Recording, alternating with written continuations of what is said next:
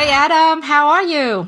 Hey V, I'm doing fantastic. How are you doing? Well, I'm very excited. I just got back from the Vacation Rental Management Association in Chicago. So, very excited about what I learned from the summit and just, how we're going to grow our business. Were you a guest speaker? No, I was just an attendee, but Okay, I do volunteer on a committee with the association. great. Yes. So I think that kind of lead us to where we're going to talk about today, right? Hot buzz around short-term rental, vacation rentals, and some people, the amateur would call it Airbnb, but we're going to call it vacation rental or short-term rentals. Do you Excellent. think they are as lucrative as people make them out to be? That's the question we're going to answer today. Yeah, so here's my take on it. If you ever Yeah. go to Vegas and you're with eight friends and everybody goes to the blackjack table and the two people who win are telling you all about their winnings, but you don't hear about anything from the other people. Yep. So there's a very real possibility that the same thing happens with people who are short-term rental operators, and that is people are just telling you about all their successes or maybe the front-end revenue, and perhaps they might not be keeping track of all the back-end costs accurately. What I do you think? totally agree with you on that assessment because okay, so sometimes we meet with people group that talk about vacation rental, and they'll pull up and show their revenue from Airbnb, and they probably show the best month revenue, but they don't Right, show all the month's revenue, right? So if you right. talk about 1 month revenue, yeah, it could be an awesome month, but that may be the only revenue they got for 5 months. That's right. That's right. Or they'll talk about their daily rate that they're charging and they'll forget about the utilization or occupancy component. That's right. So when we talk about vacation rental, or if you're considering putting your investment property into the short-term rental or vacation rental pool, what are some of the things that one should consider just to make sure that they make a good investment, in your opinion? Right. So if somebody's been used to being a long-term rental buy and hold person, Hmm. you really have to get in the mindset that you've shifted and you're now in the hotel business. That's right. I think And you just nailed it. yeah, and so you're responsive to the guests in a different way, but you have to get the place cleaned all the time, every few days or however often it is. And you have to make sure everything is stocked and all those things that were the tenant's responsibility in the long term are now yours, and the utilities are now your responsibility, and all the costs are different. And so you just have to recognize if you're going to be in the short-term rental, all the costs there, and that you got to have a certain occupancy or utilization rate for it to work. It's not just the daily rate that you see posted when you're scoping around and looking at what other Airbnbs are renting for. I think you are totally correct on that. And there's two different kind of market when you do your assessment or comps for your short-term rental. You have the urban market, which in cities like Houston, Dallas, Boston, Seattle, and then you also have these destination market would be like Gatlinburg, Destin, beach city like Florida. So when you look at urban market, your occupancy rate is probably lower than your destination market. So you just got to put all that into consideration. And I think some of the thing people always forget is the utility. You got to Yes. supply internet, utility, water, electricity, lawn maintenance, pets maintenance, things that you don't do in a typical long-term rental that you now have to provide in a short-term rentals. And you have the initial layout too. Correct.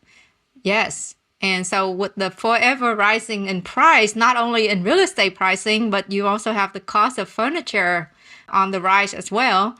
So a home that used to cost us 12,000 to furnish now is 20, 25. So you have to put Wow. that into considerations of how long it takes to recoup that initial investment back. Right. And what are some other fees that you charge guests other than just the rent rate? So you have a pet fee as an example.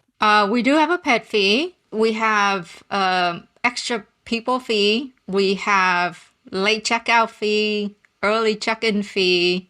Hmm. Those are the main fees that we charge the guests when they book with us. But I would say for an investor who looking into short-term rental, just use your common sense and really look at all the expenses that you have up front. And I personally would not consider putting a property into a short-term rental if my rent rate doesn't double what my long-term rent rate would be. So if the house would rent for 2,000 on a long term, I would probably want to get 4,000 on a short term, because by the time I pay property management fee, utility, and all the upkeep maintenance with it, at least I would break even or make more money. Yeah. So I've got three short-term rentals. None of them have been around for at least a year. So we Yeah. haven't gone through the whole year cycle. And so we've had month to month erratic kind of Mm. performance Yep. on it. But just overall, we're starting to get some more stability Yep. on it. And I think that our real revenue is about 75% more than our long-term revenue would be on a long-term rental. So we're not quite at the doubling that you're at, but this is our first time, so it's been a learning curve on it. One of the things we've done that's really helped our revenue lately is we fenced in backyards, and that allowed us to have pet fees for the dogs, and that's really helped the overall average revenue. Pets are fun. If you have the ability to accept pet, I would say do them, because that increase your revenue, for the property. Because, almost everybody travel with pet nowadays. And especially if you're in an urban, well, I'll say urban or destination market, pets are getting popular. Right. So if somebody's thinking about getting into the short-term rental business, I would really recommend they talk to a few different people who are local operators who are willing to talk with them about their overall cost and the utilization. I just can't emphasize enough how important that utilization part is, because if you're running it at 50%, you're going to have a real hard time making money. Well, but you know what? In urban market, that's what we're actually looking at: 50 to 60% occupancy. And you're making money at 50% and you're doubling your rent versus your long-term rent. Wow. For the right property, yes. Okay.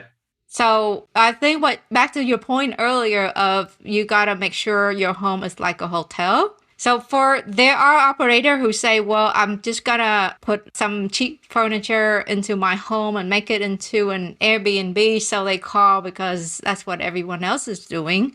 That model I don't think will last very long. And I know several people who are actually out of the business because of that model. So back to our question, is this lucrative? It can be lucrative, but you got to do it right. And I hope that you find it out sooner rather than later.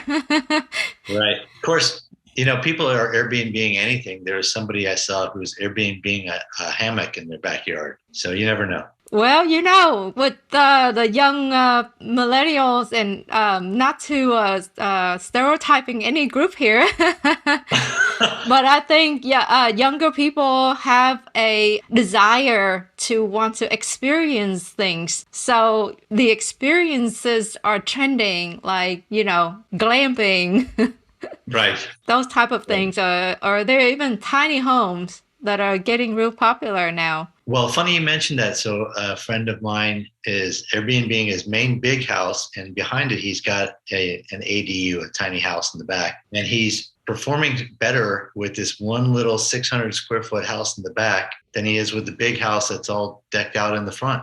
And I think for the percentage ROI for what you got in the home and your return for a single operator, that probably make a lot of sense, right?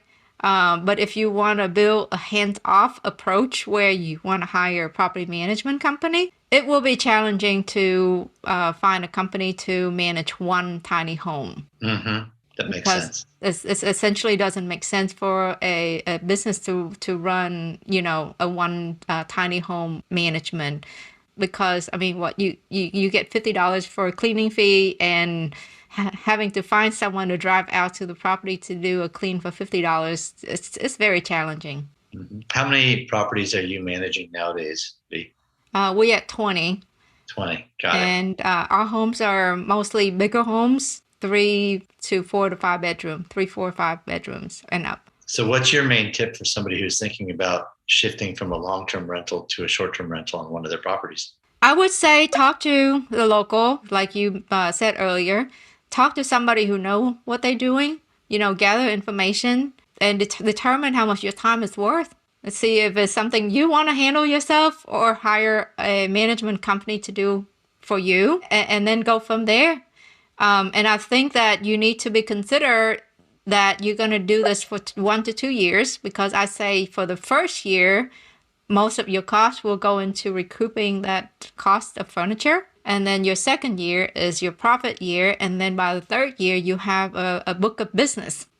People will come back and book again if you have a nice property. So don't skimp, don't, cut corner up front because you pay for it one way or another.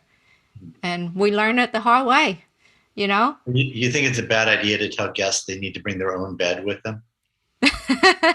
Hey, you know what? I was talking to some company out of, I think, Canyon Lake, Texas, near San Antonio, the hill country. They don't supply linens. The guests have to bring their own linens. So Really? can you imagine coming to a home and having to bring your sheets and pillowcases and blankets? Man, that's crazy. So to each his own, right? Right. Yeah. Yeah. So if you know and understand that this is actually a hotel business, then it will help your mind to process this investment strategy much better. And then you can decide whether you want to be a Motel 6 model or you want to be, a 5-star resort model. Makes sense. Okay. Did we miss anything else? No, I think we hit all the highlights. All right, so it's still not too late to get into the short-term rental business, but just make sure you do it right.